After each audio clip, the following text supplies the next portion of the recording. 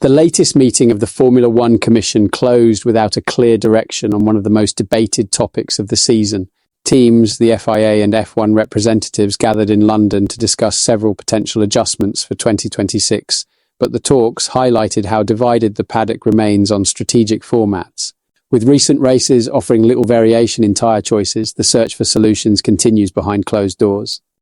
What emerged from the discussion was a familiar tension: the desire to increase unpredictability without creating artificial patterns that simply shift the same problem elsewhere. Several teams arrived with reservations, especially after mixed results earlier in the year when testing alternative concepts. As a whole, the group appeared unwilling to rush a decision without clearer evidence. The idea under review was the introduction of 2 mandatory pit stops for each Grand Prix.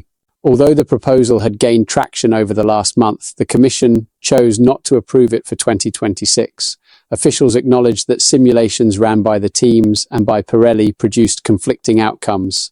The expectation that the rule would generate variety was countered by concerns that strategies would converge even more tightly.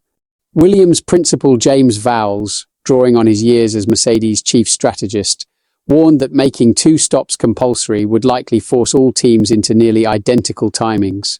McLaren team boss Andrea Stella supported the need for a cautious approach, stressing that natural differences between 1-stop and 2-stop strategies would disappear if the rule were imposed.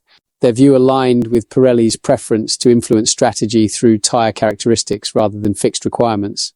The FIA noted that further analysis on tyre life limits, the possible use of all 3 compounds during a race weekend, and other adjustments will continue through the 2026 season. For now, no agreement was reached, and the matter remains open for future evaluation as the new technical era approaches. Another point discussed involved the visual appearance of the cars.